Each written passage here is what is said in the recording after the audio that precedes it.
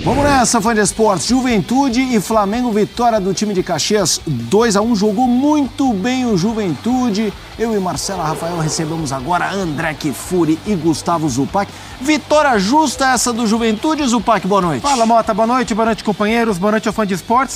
Pode-se dizer que sim, Juventude fez um ótimo jogo dentro de casa.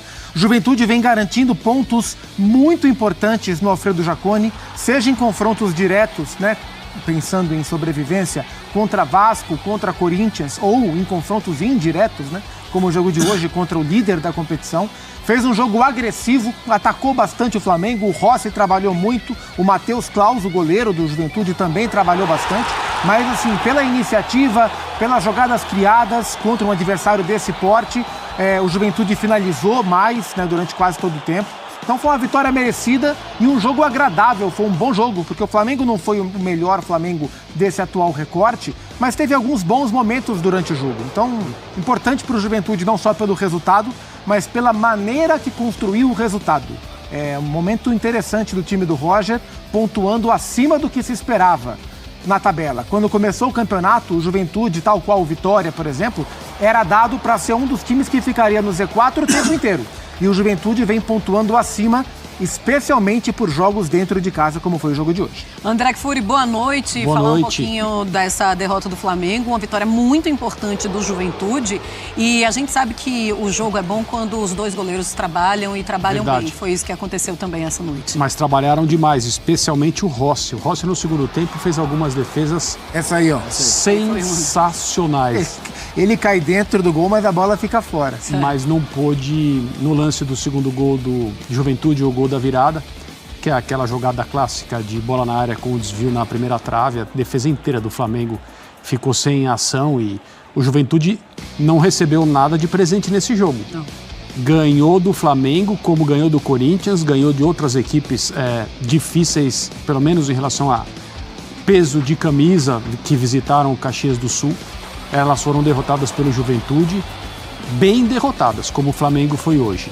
E, embora o Flamengo tenha lutado até o final, tenha tido uma ou outra oportunidade, poderia ter feito um gol bem tarde, como aconteceu em rodadas anteriores, nessa fase em que o Flamengo está esfacelado e, evidentemente, muito cansado. O Tite até tentou, para lembrar de uma conversa que nós tivemos ontem aqui, colocou o Gabriel Barbosa para jogar junto com o Pedro em um determinado momento no segundo 20 do tempo. segundo tempo. Ele tirou o Vitor Hugo. Que foi a escolha para o lugar do Bruno Henrique. Isso. E o Flamengo tentou, mas dessa vez não conseguiu. A cada rodada que o Flamengo entra em campo na atual condição, a liderança do campeonato está em jogo. E hoje não foi possível. O Juventude fez um excelente jogo, o time do Roger foi muito competitivo. E durante o segundo tempo pressionou de tal forma que, se não fosse uma noite talvez a melhor do Rossi com a camisa do Flamengo, em relação à quantidade de trabalho e o que ele fez para manter o resultado como estava, esse também é um sinal de que o Juventude pressionou muito e poderia ter feito o segundo gol até mais cedo.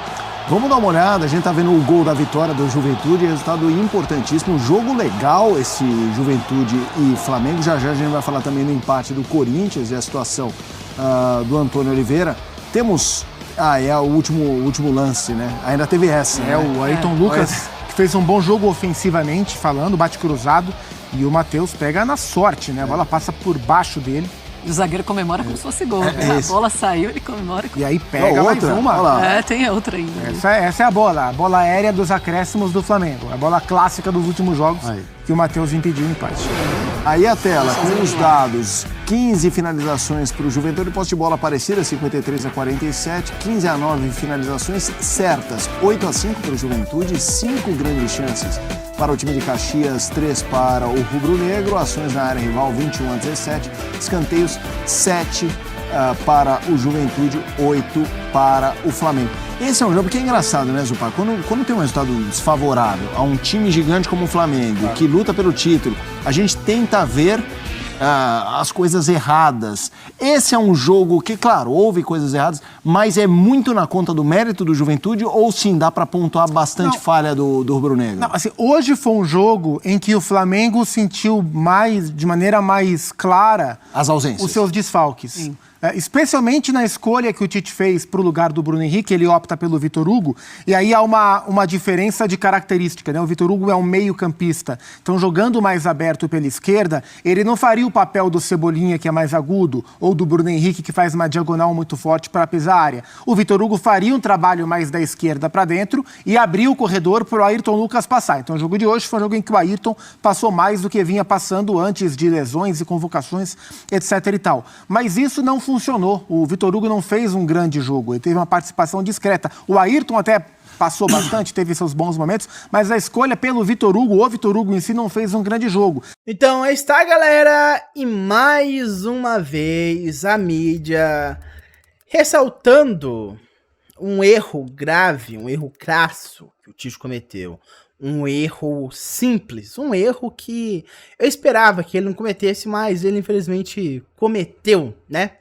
O Gustavo Zupac, ele deu bastante ênfase nisso, que foi a escolha dele pelo Vitor Hugo na ponta esquerda.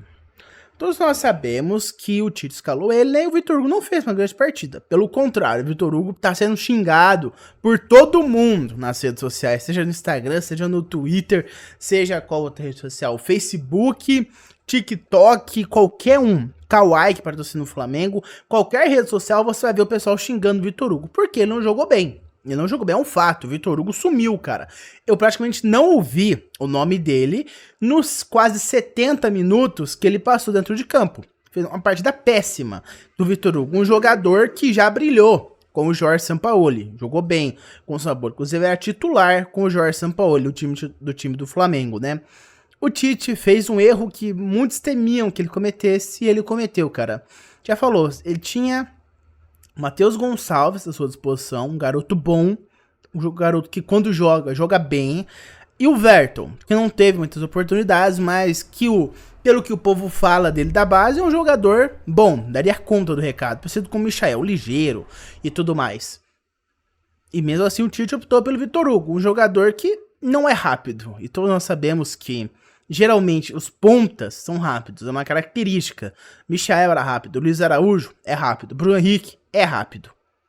Geralmente os pontas são rápidos. Vinícius Júnior, que é um ponta também, é rápido. Então geralmente essa é a característica de um ponta.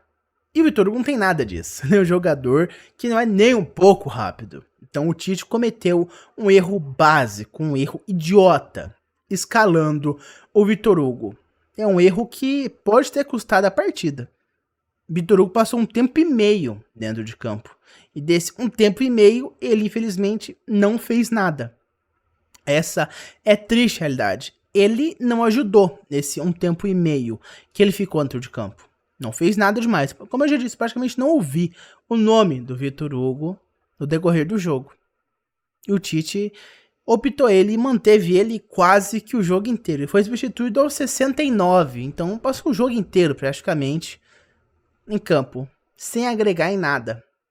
Infelizmente o Tite cometeu esse erro, tendo um jogador tão bom quanto o Matheus Gonçalves à disposição, e o Verton, que é uma joia da base, é uma incógnita, mas era a chance para ele. Infelizmente o Flamengo perdeu para o Juventude, mérito do Juventude. Juventude mereceu a vitória, jogou muito bem, pressionou o Flamengo, não se sentiu nem um pouco pressionado por estar jogando com o Mengão. E parabéns para o Juventude. A sorte do Flamengo é que o Bahia perdeu para o Inter.